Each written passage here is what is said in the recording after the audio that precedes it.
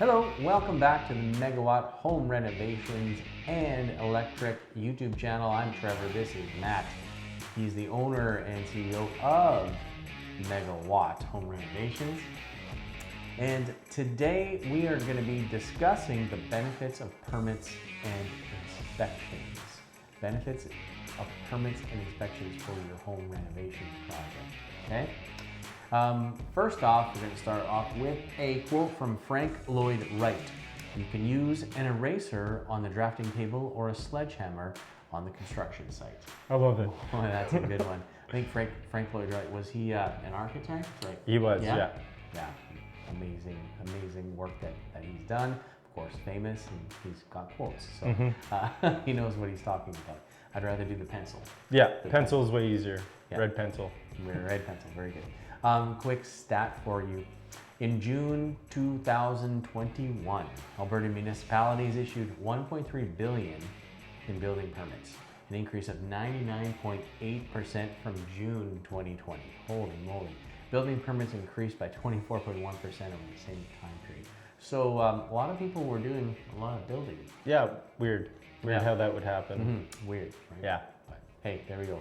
All right, so tell us a little bit about your experience, benefits of permits and inspections there. Permits and inspections are a must, especially in the electrical field.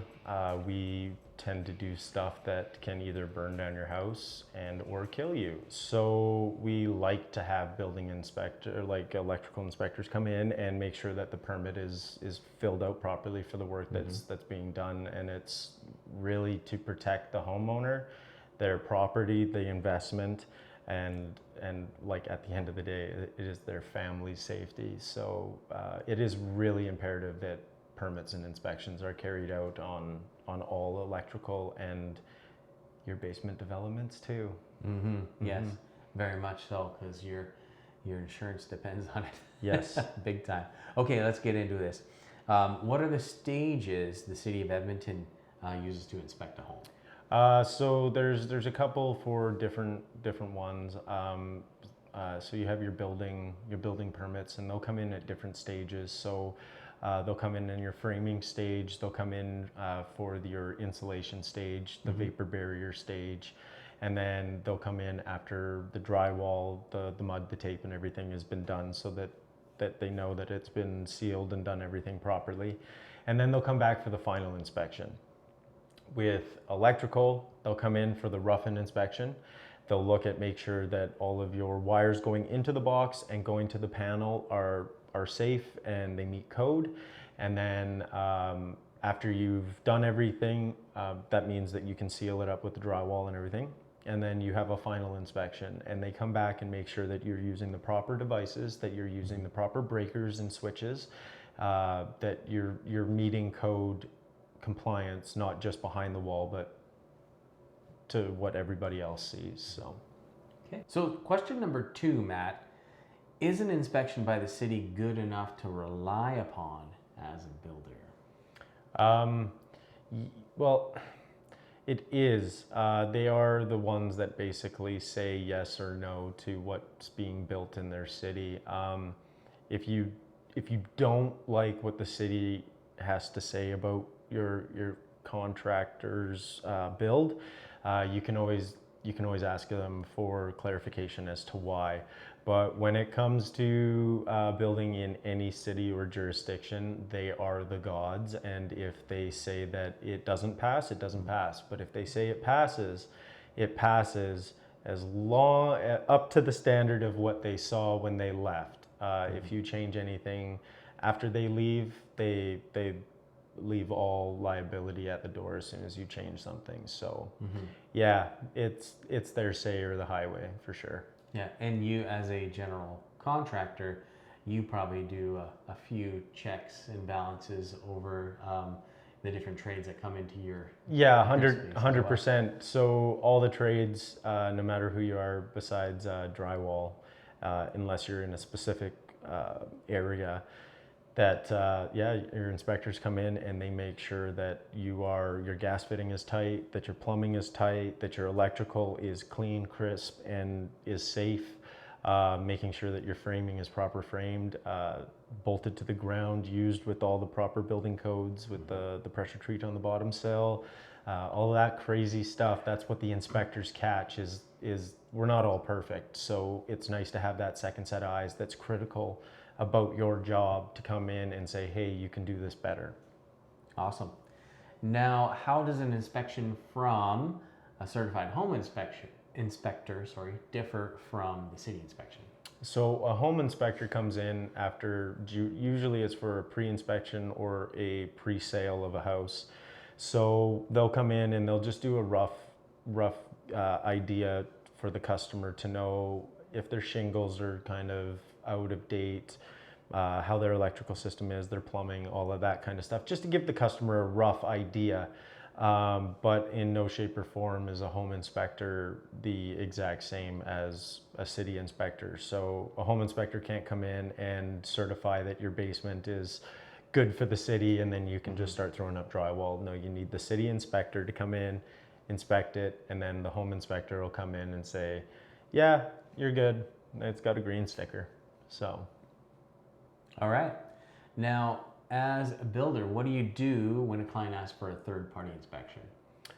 Oblige them. There are extra costs that the customer will have to take for that.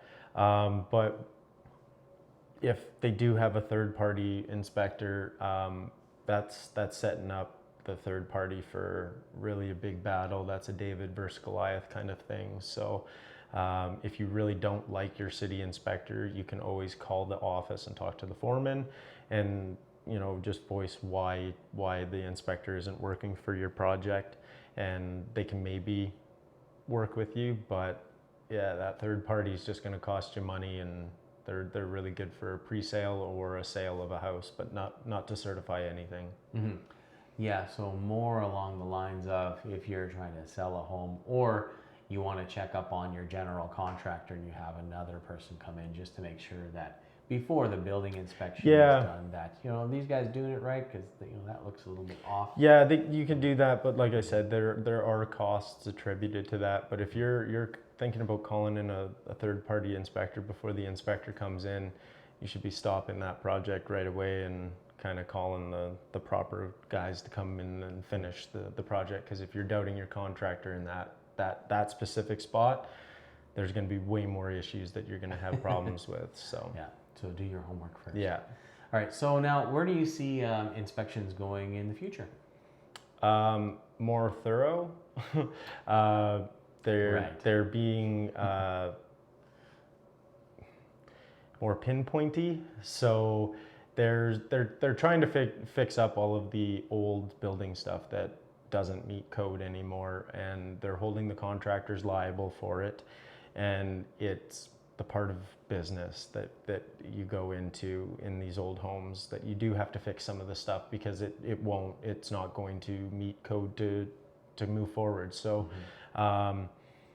yeah, I don't like to have to do inspections. I wish I was perfect, but to have the inspectors come in and actually give you real knowledge, it is nice, because at the end of the day, you're only getting more information about the trade or trades that you're dealing with. So, So what other companies will do an inspection on a new home build? Really, none. It's just your home inspectors. That's all that's really allowed to do your, like, a certified home inspection or anything like that is a home inspection, certified home inspector. They are not just it's not an easy course just to get through, and everybody that says a home inspector is just, oh, well, that's just an easy course to take. It is not. They are thorough in the rules that they have to follow.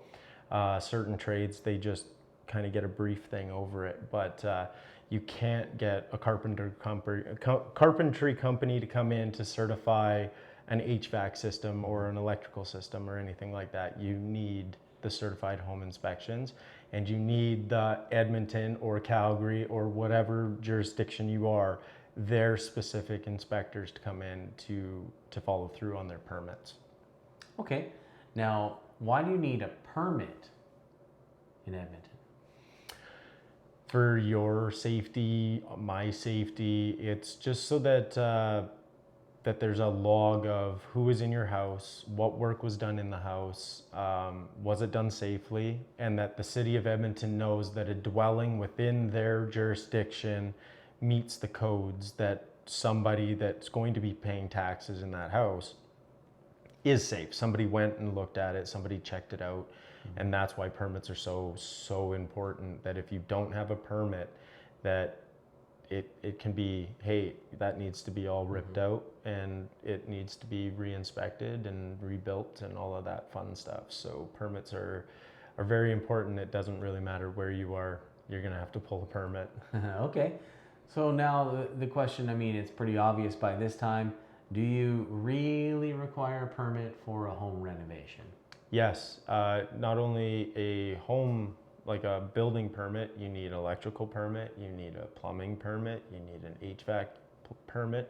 If you are actually changing those, generally in a large renovation, you do change those. So there are multiple permits that you have to pull. And if you're noticing that, hey, there's an electrician in the house, where's the electrical permit?